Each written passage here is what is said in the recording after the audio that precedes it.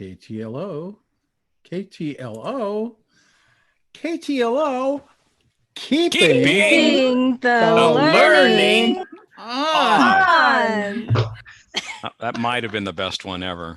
Do you know what? I think we could pick up the pace on it a little bit. I know. No, it's like, first grade. Yeah. Good morning, So I worked in the school system for about 7 years, something some people might not know about me, but it reminds me of trying to get a group of primary kids all to recite the same thing at the same time. That's what we are.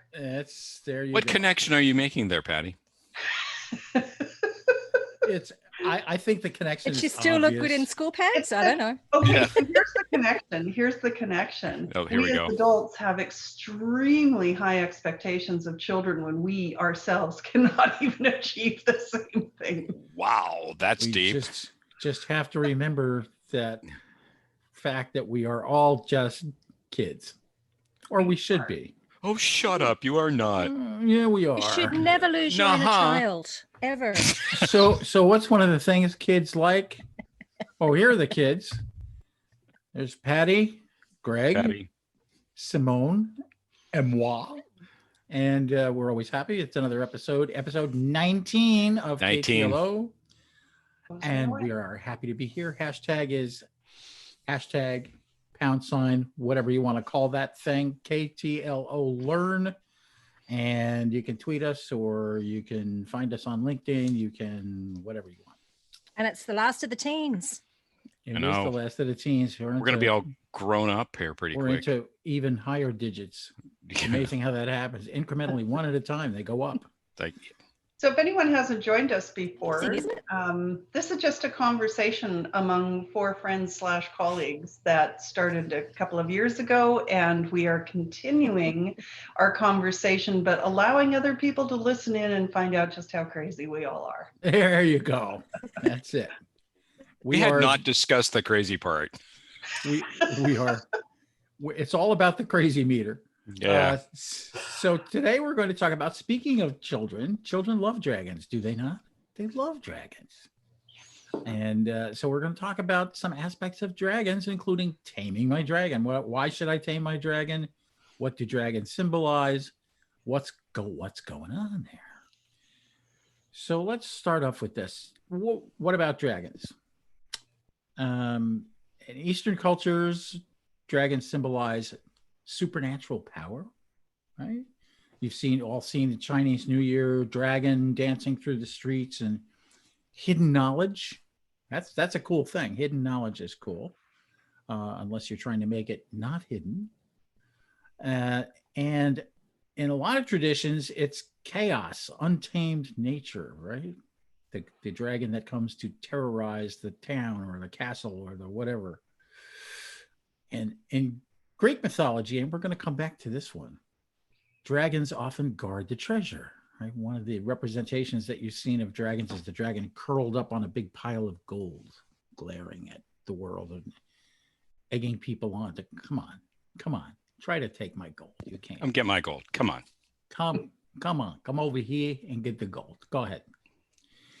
So it's interesting that there's so much variation, but the dragon is a powerful symbol in any one of these cultures. Is it not?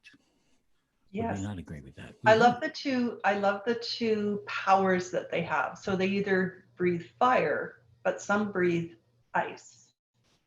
Mm-hmm. And I like that there are those two options when you start looking at how dragons present, because that's very much like us as humans. We have sides we like to show and sides we might not be proud of.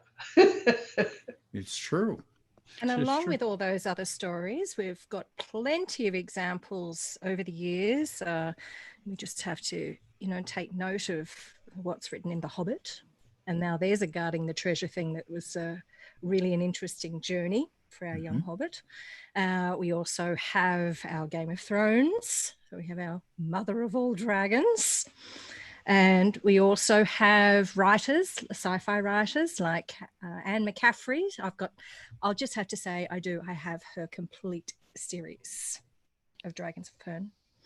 So I think there's a lot of lessons that we take actually from reading and all these stories and looking at them. So something to think about as we move forward with our conversation. Are we moving forward with our conversation? I hope so. Otherwise, I'll just go for another drink. So today's topic, taming my dragon. Simone, what do we mean by everyone has a personal dragon? What are you saying here? Well, there's always things, and Patty has already alluded to it in the beginning of the conversation, that within us, we all have the power and the passion and all those other things that are associated with dragons. They have their strengths and they have their weaknesses.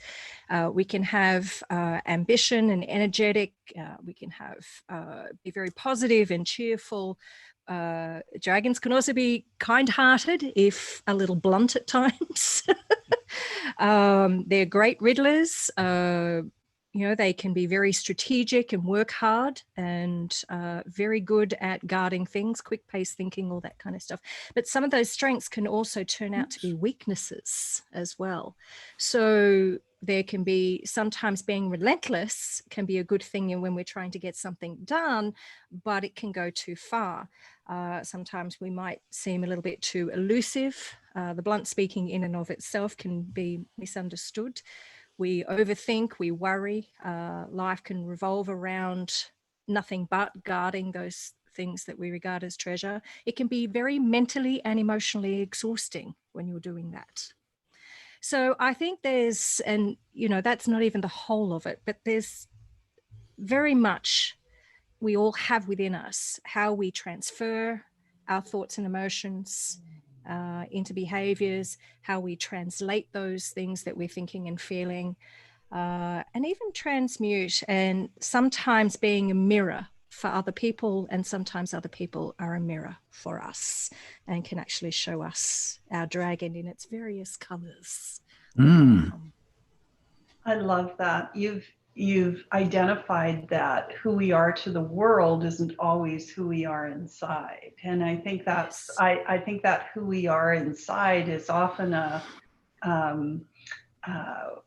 I don't think there's a human alive that can know anyone else wholly, and there's no one else who can know us. And so if we're open-minded enough, we can change and grow. And we see that. If I look back to my 20s, I am not the same person I was in my 20s, right? And that's because there are things within me, just like everyone else, that we grow and we try to challenge. And so I love how you said translate and transmute, Simone. That's because that's not just you dealing with your emotions. Thank you. Yeah. No, it's a very powerful thing. I think that often too, as leaders, we're trying to help other people with whatever's inside them. But unless we actually focus on ourselves first, we're not going to have that emotional intelligence and emotional agility if we want to be more accurate in the way that we want to be within. We have to remember too, there's always a caveat about that. It's always about being in the context of the situation. Mm-hmm. Because those things, and I'm sure there must be wonderful things that you've brought forward too from your 20s. And so I think there are those, as we evolve and grow, that no, we're never that same person. We're always moving on from another point. But we want to have that emotional agility because there are things that happen for us that where it can become a default given the technique. And we want to be able to adjust in real time and make those very short, sharp, angular changes we need to. But we have to train to do that. So it's easier for us to... It's like building blocks, isn't it? Yeah, exactly. And I think that's what happens from the 20s. As we've done the translating and the transmuting, we are working with our dragon in order to do that. That's interesting that you said 20s, because I think the 20s is when you become aware of a much bigger world than your adolescence, and you're seeing how you fit into the world and what you inherited from your upbringing and your circumstances may or may not suit the environment that you find yourself in.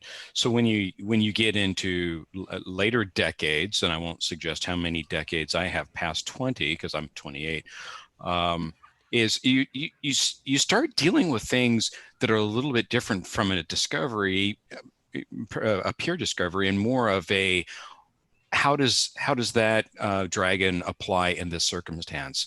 And later on, I don't want to steal anybody's thunder here, but we get into the fear, uncertainty, and doubt aspect of it. And sometimes our dragons express themselves in those kinds of factors, like, am I really up to this task? Can I do this? Everybody thinks I'm an idiot, or whatever those things that are happening inside of your head. And it's fascinating how often that narrative, to Patty's point, is very different than what other people around you, 6 inches away, are perceiving about you. So it really is kind of an internal battle.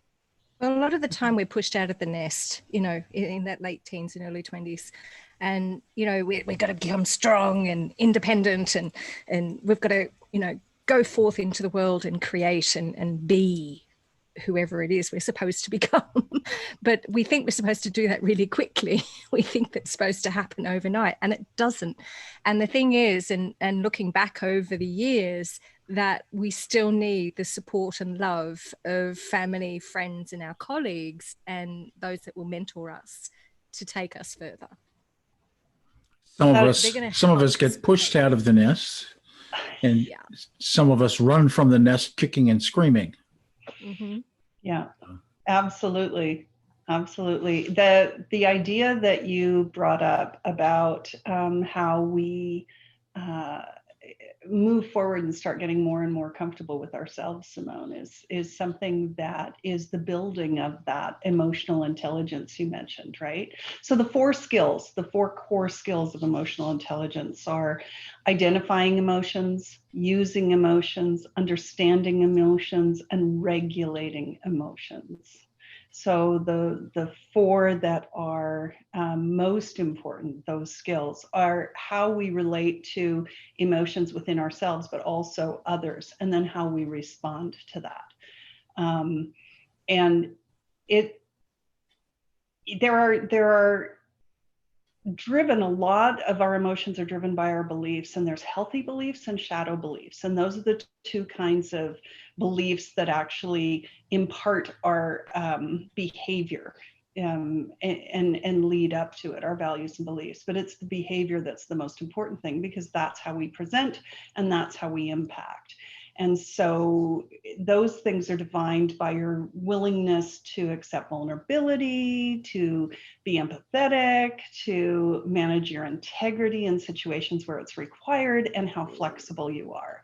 And if you want to talk a little bit about healthy beliefs and shadow beliefs are those things that Greg said, right? Those things that come into your head that pop in and say, ooh, I'm not good enough, or boys are rough, or girls aren't smart enough to do science, or those are those kinds of shadow beliefs that guide behavior and response and your emotional intelligence, right?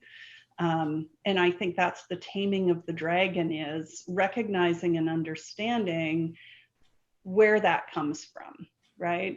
Recognizing that some of those are shadow beliefs and they don't serve you, and some are healthy beliefs and they do serve you. So Simone, when you were talking about how you bring that stuff forward, those are those healthy beliefs, right? That's where you really begin to shine, and where you're held back, when you notice and recognize that something's not working for you, you can always find out where you're afraid to go is where you're most vulnerable, and you can start working on those pieces. Yeah, and I think this comes into I love the work of Suzanne David around emotional agility. It's one of my favorite things to work with, and in that there's something she says and reminds us, and that emotions are data, they're not directives.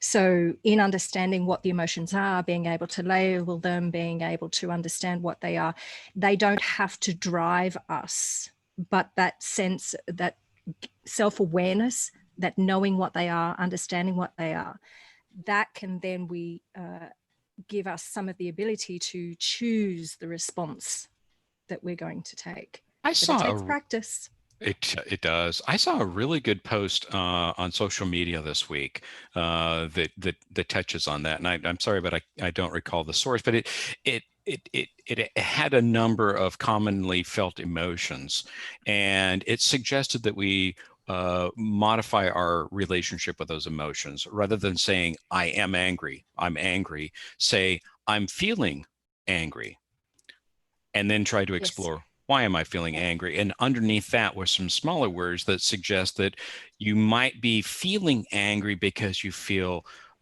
distrusted. You feel like you've been, not given an opportunity. In other words, try to find some nuance and depth to why it is that you're feeling the way you are, as opposed to, and I think this gets really close to becoming the victim of I am angry. Right? So that's a state of being. I am angry at this point in time. Say I'm feeling angry. Let's analyze why, and then you can take proactive steps. Like, all right, now A that really strong tool that I really recommend based on that, Greg, and exactly what you describe. It's easy to Google, and it's a free tool to use by Dr. Paul Ekman, and it's called the Atlas of Emotions. And when you say that you're angry at something, definitely acknowledge that, but also to widen your emotional vocabulary. Are we talking about just mildly irritated, or are we talking about fury and rage? Because they have different intensity levels and different length of time that the chemical our brain dumps into our system that it lasts and we need to move through.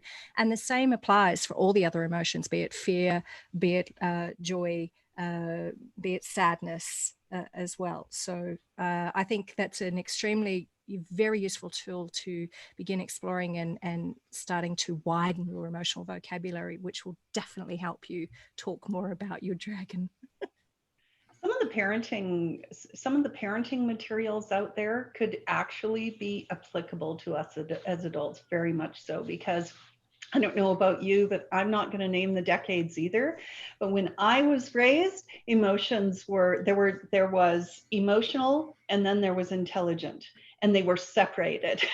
You either were reasonable and very in line with everything that society and the world wanted you to, almost a dictatorial raising, as opposed to allowing emotion and feelings. And I've seen some really great stuff come out for parenting, where they take that range of emotional vocabulary and sit down and work with kids, and are doing some really great work where they say, yes, but how are you feeling right now, as aligned with their behavior, and walking through that vocabulary. So Simone, I think that would be an amazing exercise for each of us to do individually as an adults, and just take a step back. Oh, great. Now I have homework. Yeah, exactly. I have to tell you a quick story, though. My family went with a friend of ours. We saw Bill Nye the Science Guy live in the Coliseum just over here at the university. And he had two teenage boys that were, stereotypical as teenage boys. And as we were walking out, one of the boys said, "Oh, I like the television show better," like very negative, like I have to. And the mom, without even missing a beat, she said, "I'm glad you like the television show." And we kept on the adult conversation. In other words, she found a positive element. You just told me that you like the television show. So rather than make it a negative compare and contrast, just simply celebrate, you like the television show. That's awesome. That's a parenting technique. But I know, Roy, that this is your slide. But Patty, you have asked a profound question, at least it is to me, and that is your truth really true?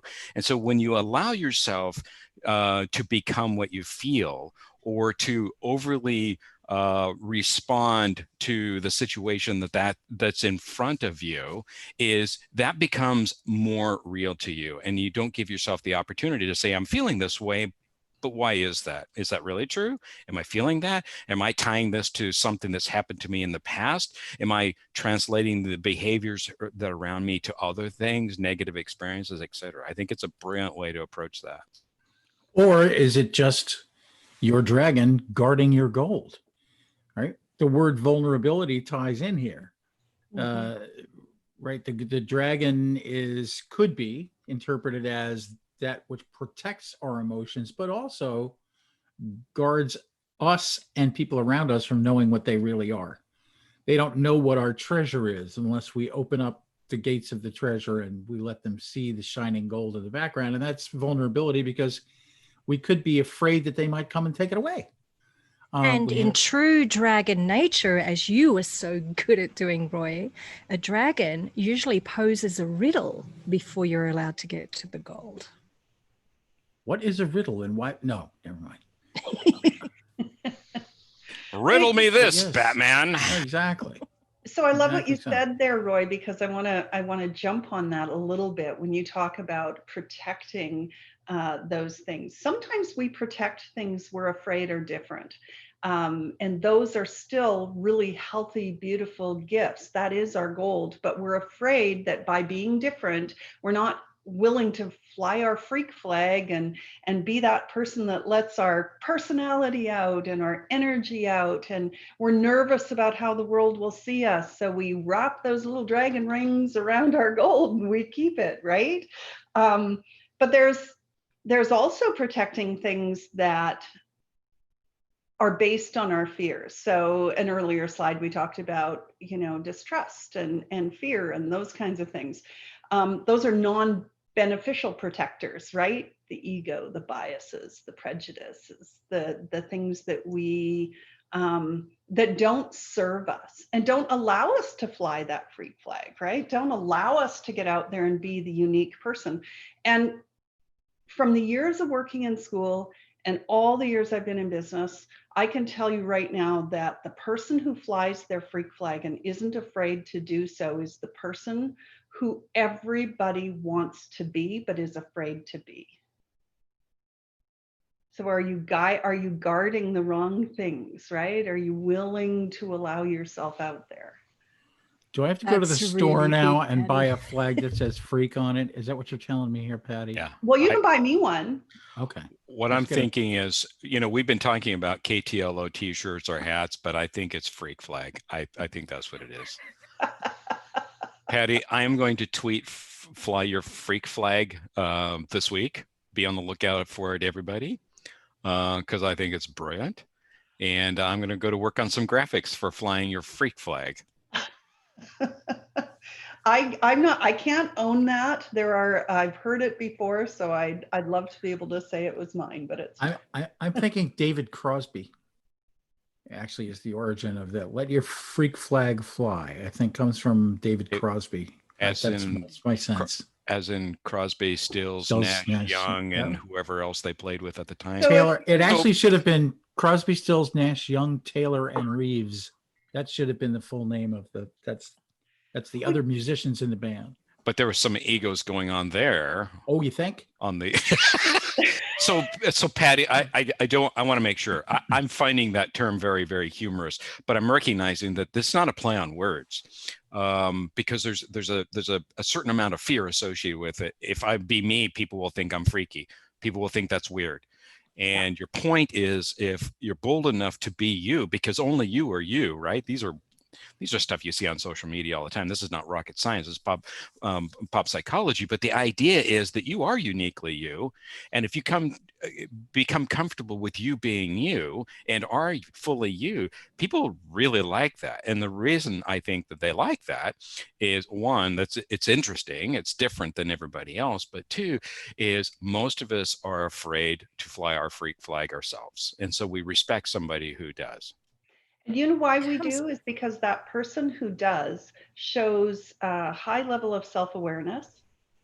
They are capable of being unique and being the voice they need to be, because they have done the work to say, who do I want to be? Who is that person I'm choosing to become? And I'm not afraid to allow the unique personality in that and be self-aware enough that the authenticity I bring to it is actually going to empower me instead of hinder me. And that comes back to authentic leadership. Yes. And you know, and I think very much that we have to lead ourselves as much as we might look to influence and lead others.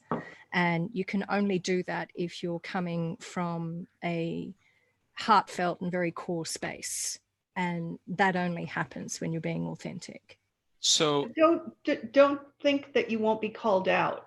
Don't think that you won't. The minute people start to call you out for your differentness means you're on the right track, not the wrong track. So that stopping and backing off is counter to being who you really are and allowing that personality to come out.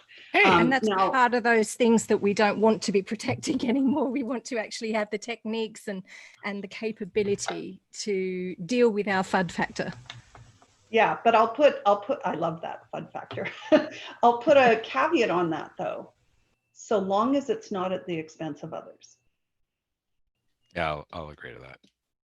Definitely. So this is interesting because we have dual nature dragons here. Is it, you know, the yin and yang of life? We all know that there are positive and negative forces operating on us all the time. But the dragon obviously has a dual nature, which is at the same time it protects our treasure. It may also keep us from exploiting our treasure or exploring our treasure. So we have to tame the dragon in two ways. One way to allow people to see us, so do away with that vulnerability and train ourselves, and also to allow ourselves to deal with the treasure that we have. That's the exclamation mark to your talk, Roy. Blow that horn. What do you think dragons do? We're dragons that, you know, they announce ourselves to the world. That's part of tapping into, I think, the other side of our dragon, the passion side, the powerful side. So on the slide that we're showing, Patty, you talked about the dragon protects other things in the cave that may not be beneficial. Can you say more about that? I'm curious about that dual nature. I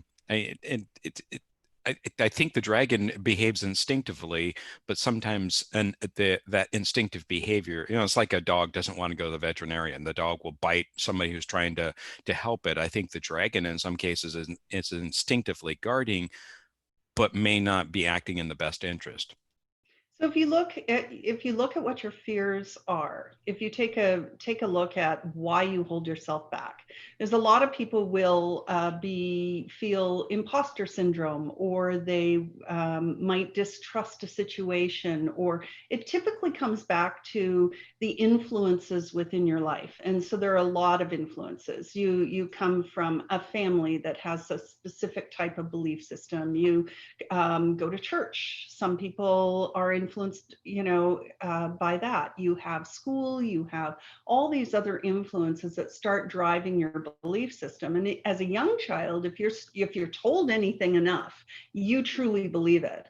And then you start doing what I like to describe as keeping your things in a curio cabinet. So all your memories, all these things of who you think you are to the world, get polished and put behind a door. And as soon as something happens and triggers it, you open the door, you pull it out, you polish it up again, and you say, yeah, see, that's true. That's evidence. That's evidence to me that I am this or I am that.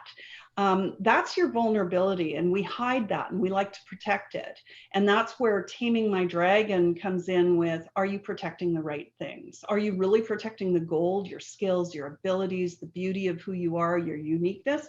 Or are you protecting what someone might see that could put you in bad eyes, or have you not necessarily feel comfortable about that? But I find that if you're willing to challenge those things, if you can evaluate what you're vulnerable about, where you feel vulnerable, and you begin opening up the door to letting people know about certain things about you, and not in a negative way, but in a positive way. If you're willing to be more empathetic and look outside yourself, if you aren't pressured and are willing to stand for your integrity, you will find you'll break those things down. And and being flexible enough to have enough self-awareness to care about that, right? Does that answer kind of what you're talking about? Or are And you that looking at beliefs and shadow beliefs? no, you're spot on. I was just going to say, and that completes our master's course on emotional intelligence. I liked how you put something that really resonated with me is that when life when life presents itself, we'll put it that way, we pick out things and we say, see, this proves that I'm this or that or the other thing. And you know that thing is like when you start deciding that you want to buy a new car, you start finding that particular model car everywhere you look. And one of the things that I've noticed in life that I kind of remind myself is you find what you're looking for. If you're looking for evidence of whatever, I don't even need to name it, of whatever. If you're looking for evidence, you will find it. So why don't you look for evidence that you can be a capable, successful person who can overcome the obstacles that life faces you? Because you'll find evidence to support that as well. You know, there's an exercise we do with our clients, and I learned this quite a few years ago from a woman by the name of Jerry Fitch. And her story was that she was doing track in 7th grade, and she hit a hurdle and went down. And then from then on, somebody called her clumsy. Oh, you've always been clumsy. And the word always, coming from a family member, defines you. And so she began her life all through saying, okay, you know what, I'm just clumsy, I'm just clumsy, I'm just clumsy. And she said, and then one day her dad drew a circle on a piece of paper. And in that piece of paper, he said, I want you to put a dot for every memory you have of when you were clumsy in the inside of the circle. And so she did. And then he asked her to put a dot on the outside of the circle for every time she wasn't. And the visual data comparison was amazing to her. She said, we focus on those things that somebody calls us always, and we don't focus on those amazing things about ourselves where we aren't that person. And when you start to begin to really take a look at the things you call yourself or the beliefs you have about yourself, and you put them in the inside of the circle, and then you start to define when you're not that, the numbers are far greater. Right? It's a very simple exercise, but it's one that I think is worthwhile really doing every once in a while with yourself. And Absolutely. That's a spectacular idea, I think. And I would need a very large piece of paper with a big circle on it. But Oh, Roy, you always need a big circle. Yes, I do. I always need a big circle. But it's worth asking others if they see it the same way. Right? Yeah, absolutely. I think it's another one. There's an exercise we run in a lot of training sessions, and it is about how we see ourselves. So, you know, looking at it from the different aspects of how we approach problem solving, for example, and whether we think more creatively, whether we think more, you know, left brain versus right and that type of thing. And we want to focus on whole brain, not just one side or the other in particular. And in doing that, though, going through and looking at the different types of words, it's really interesting because we ask people just to choose 12 to start with. And then in that 12, they then have to narrow that down to 5. So they get used to doing it. They think, oh, yeah, well, I've got 12. You know, they think, okay, this is really good. And then you ask them to narrow it to 5. Well, there's this like, oh, my goodness, now I've got to really, you know, narrow it down. And it works really well because then they cross match it against what they've heard, what they understand, what they know of themselves, and what they hear from other people. And this works just as much at work with your colleagues and your managers as it does within your own family as well, because we don't usually show our whole selves at work. It's still sitting there, but we still have filters over the top of that. And so we need to translate through those filters who we really are and how we see the world so that we can actually be a good part of that team and really collaborate well with others, because it's the only way that people can communicate clearly is when they start to understand how you perceive things. I think a lot of the context around that is driven by the culture you walk into, right, in an organization. And what's interesting, I have a story to tell if you don't mind bearing with me for a minute. But I walked into an organization, all I heard was, you can't do this, you can't do that, you can't do this, you can't do that. And that went on for a number of months. And I kept saying, okay, I'll do it this way. But it wasn't me, and it wasn't how I consult, and it wasn't the manner in which I provide the best service to them. And in the end, I finally said, just bear with me once. And we went through a situation, and the director I was working with turned to me and said, why didn't you do this from the start? Huge impact in you have to bring yourself forward regardless of the culture you find yourself in.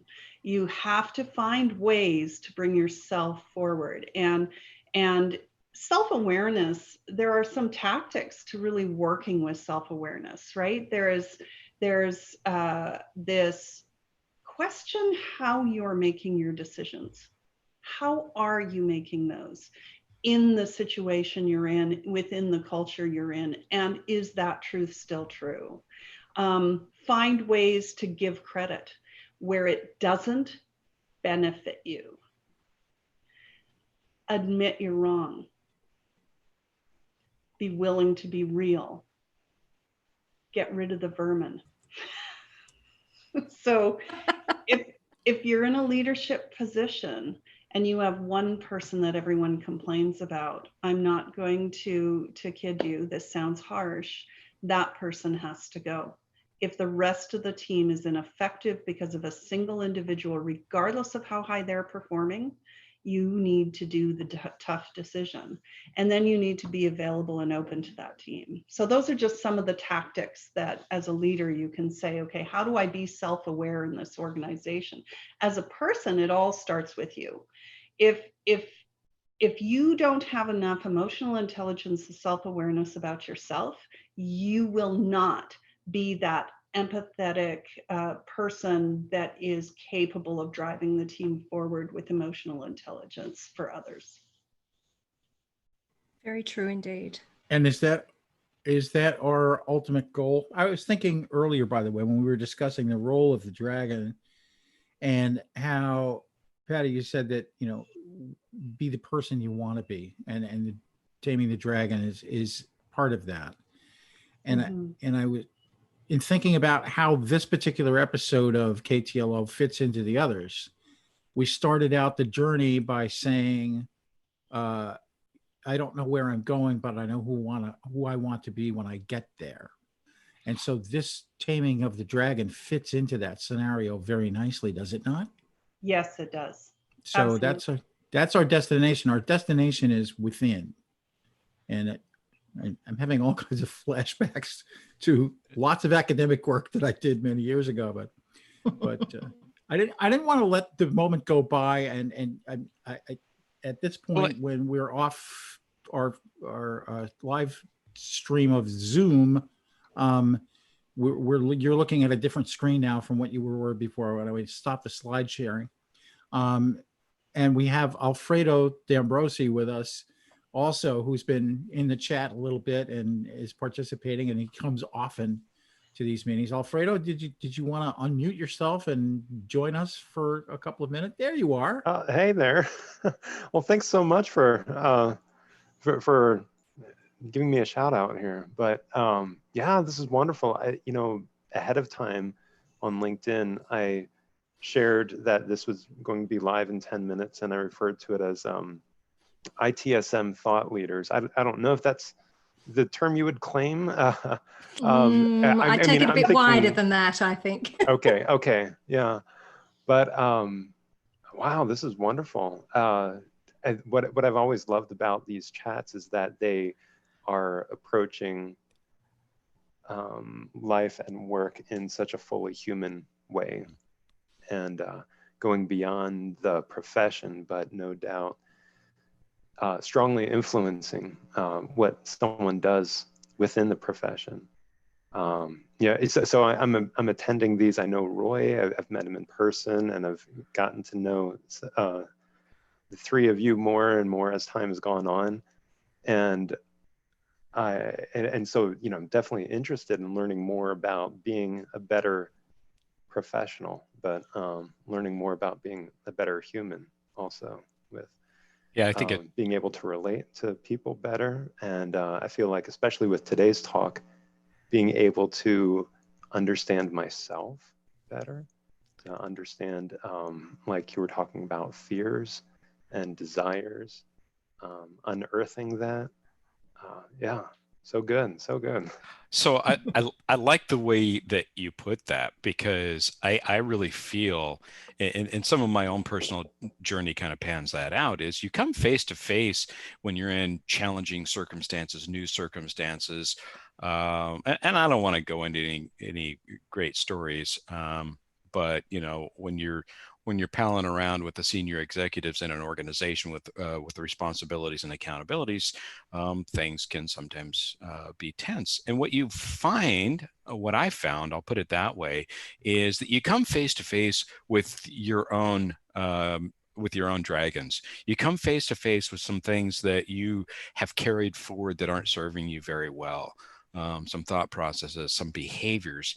And there's really only two things that you can do. And now I'm looking at Patty, because she's going to go, nah, that's not true. But there's really only two things you can do. You can either fight it, this is wrong, this is an injustice, or you can turn to yourself and say, what do I do? How do I learn? How do I grow? How do I adapt? Because I really only have a certain level of control over me, and not a whole lot of control over the circumstances. And that's the path that I've gone down. And that's why my path through service management and organizational leadership and organizational change has led me to the point where a great deal of what I do now has to do with leadership and self-awareness, and managing yourself so that you can be effective in an organization and drive change, because you can't separate the two. This is where Roy butts in and says, does Simone know her shoulders are on fire? I'm just letting my wings out. There's a wonderful quote, to your point, Greg, by David Caruso, and it is one that I repeat often with clients when I hear I don't need that fluffy stuff, we just need to get to business, right? It's very important to understand that emotional intelligence is not the opposite of intelligence. It is not the triumph of heart over head. It is the unique intersection of both. It's where they go hand in hand. Yeah, and it's really important to know we can't know anyone else really well. Yeah. But we actually don't know ourselves as well as we think we do. Most of us do not. I would submit.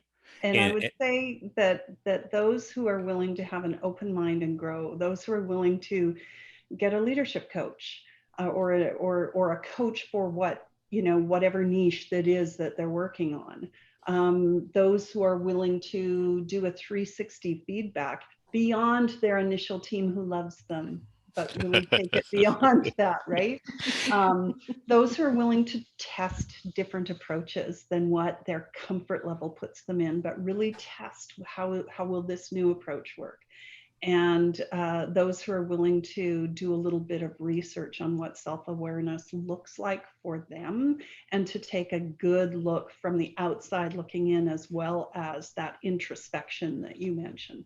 So Patty, you might have the researchers and the data top of mind. I don't, but I've read, and I think it's Harvard professor, but I can't say for sure, but talked about what are the factors that actually support success, intelligence, drive, all those sort of things.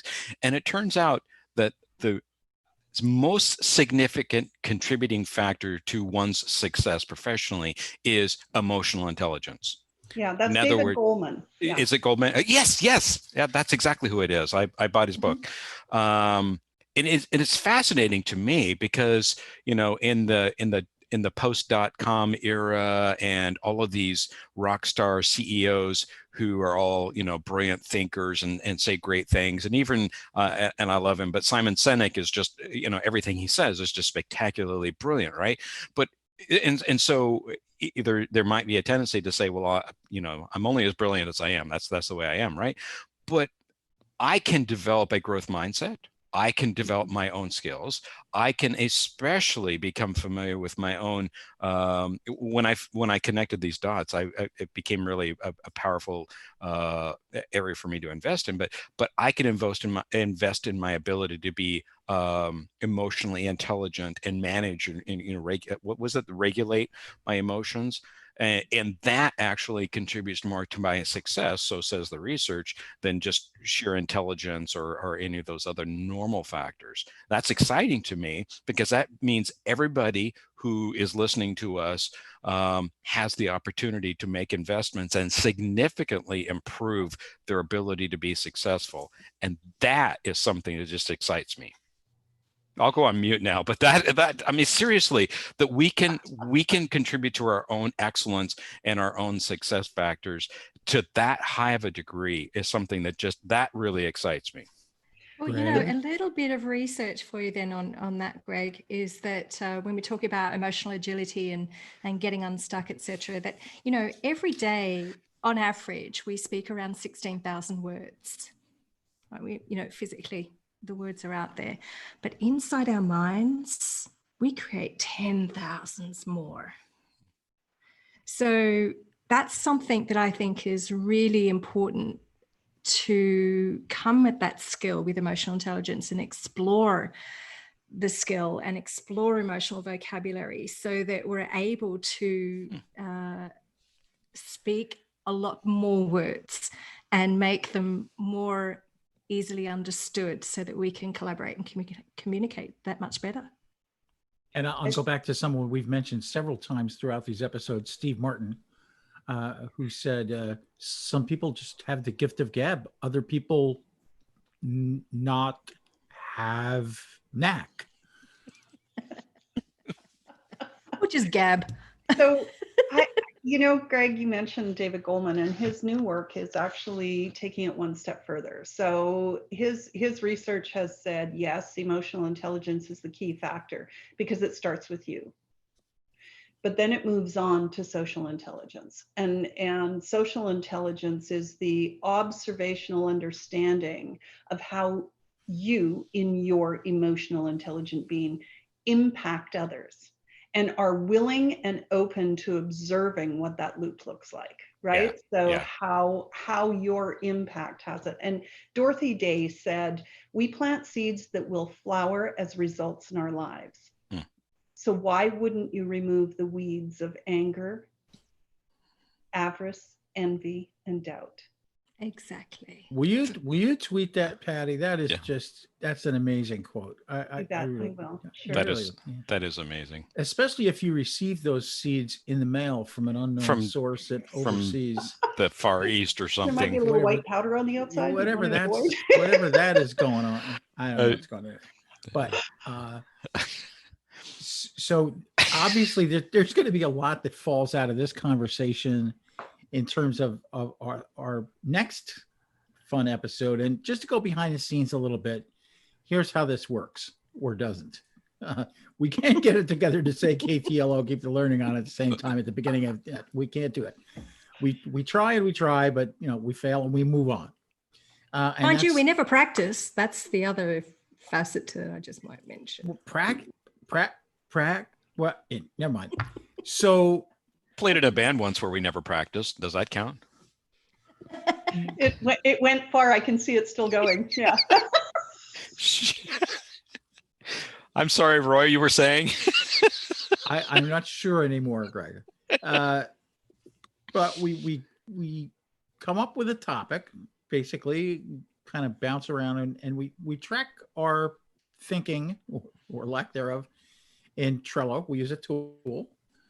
We get together sometime during the week and talk about how this is going to work. We put together, I'm using the royal we here. We put together a few slides and an image or two. and then we just talk. This is not, scripted. It's not rehearsed. It's not, well, if it were rehearsed and we sounded like this, oh boy. Yeah. But it's amazing what comes out of these. And thank you for all of the kind comments, Alfredo. That was really nice. And we are really trying to fumble along in our own way to discover some of the truths and tap into each other's areas of expertise. And I'm known for being a language buff, by the way.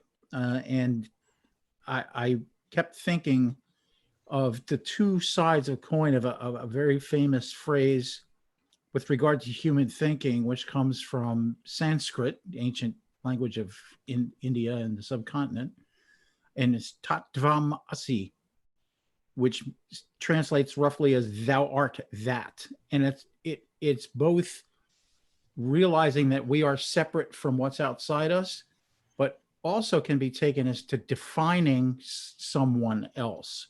You're that.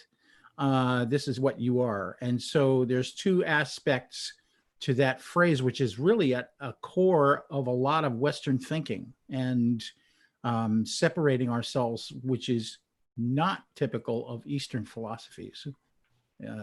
Eastern philosophies tend to look at things as being, we are one with other things. So interesting stuff that goes on. And by the way, I was correct. Let Your Freak Flag Fly comes from the Crosby, Stills and Nash song, Almost Cut My Hair, written by David Crosby. It's in fact in that song and later became part of Shrek, the movie. So, Wow. see Wow. how things happen? So I love it. It is I love it. amazing. Okay, I love that you mentioned compartmentalizing, because that is very much what we've done and the leaders that I have worked with that I believe are the best leaders I've seen are the people who don't ask their teams to compartmentalize. Keep that stuff at home. You're at work. You never the twain shall meet. And as we move forward into the future with work from home situations and different policies that need to be defined and all the organizational changes we're seeing coming up, the technology is advancing and allowing us to do, we have to remember we are not compartmentalized people. It is not. And it's impossible to be that way. It is actually impossible to do it, because no matter how, when you walk through this magic portal they seem to put on you when you walk into some organizations, all it is it just becomes the shadow self that's sitting there waiting. It's simply not the human experience. Yeah, exactly. So, we really need to be the whole person, and we already do that. But we, if we want a really successful, sustainable and thriving organization, not just to be sustained, but to thrive, then we need to tap into the whole person. And be willing to do personal development as much as we want to control situations outside of ourselves. Yeah. Guess what? Oh, go on, Roy. No. Guess what? I was just saying, guess what? I was just looking at the time and I got a question tucked away for you guys. A question? We probably got some answers or not. Are you feeling nervous, Greg? No, I'm not feeling nervous at all. You usually are when I've got a question. I love that you know that I become nervous when you ask me questions. And someday I'll tell the story to everybody else as to why that's true with you. Well, it's summer and it's coming up to the weekend. And usually it's, definitely here in France, it's getting to wine time and to sit back and relax. And normally when we do that, it's nice to pick up a good book to read. So what are you guys reading at the moment? I'll start. I'm reading a book called No Ego by Cy Wakeman. She's written it's C.Y. Wakeman, worth every penny. It's really defines personal accountability and your ability to take things forward, especially if we're talking in terms of emotional intelligence, because That control piece that you were talking about, where you are willing to hang on to the understanding that you're just being yourself. It's one thing to be unique, but it's a whole other thing to say everyone should just accept me as I am, without the social intelligence of knowing how to take accountability and responsibility for yourself. So No Ego by Cy Wakeman. Great book. So segue to you, Greg. So I just finished a book called The Art of Business Value by Mark Schultz. And it's interesting because he speaks from the agile world, but has probably what I would call the most irreverent relationship with agile. The foreword by Gene Kim actually says that Mark gave me some things to really seriously think about. And when an author can make Gene Kim seriously think things through, there's the thing there. But he really challenged, what is it that is valuable in an organization? And part of it is government is not profit motive, nonprofit, and a lot of organizations exist out of the, we got to make a buck, got to make a buck, got to make a buck. And even when you do have to make a buck, what if the business value is by not providing a good experience so that you can exit a market more gracefully? So we really asked some really deeply probing questions, and they've actually served me quite well. Monsieur Roy. I am just getting started on a book by Karen Hurt and David Dye, both of whom I've met. Those really nice folks. This is not their first book. It's called Courageous Cultures, and it's about creating a culture in an organization that allows people to be courageous, and so that there's more truth sharing, et cetera, so that there are a lot of common themes going on here. I'm just saying. But I'm looking forward to getting through the rest of that. It's just come out just a couple of days ago. That's fabulous. My one that, well, there's two different aspects. On a personal level, I think I'm going to go back and revisit my Anne McCaffrey Dragon series of Pern, because I just love it so much. It's like my favorite fairy stories, but there's so many lessons I learned from that. But one of the things, doing so much research around EI and the EI of AI and machine humanity, is the work of Suzanne David and her book, Emotional Agility, about getting unstuck, embracing change and thriving in work and life. And the one thing I really enjoy about it, she covers 4 key concepts about actually showing up, facing into our thoughts and emotions and behaviors willingly, with that lovely word you used, Roy, curiosity and kindness before.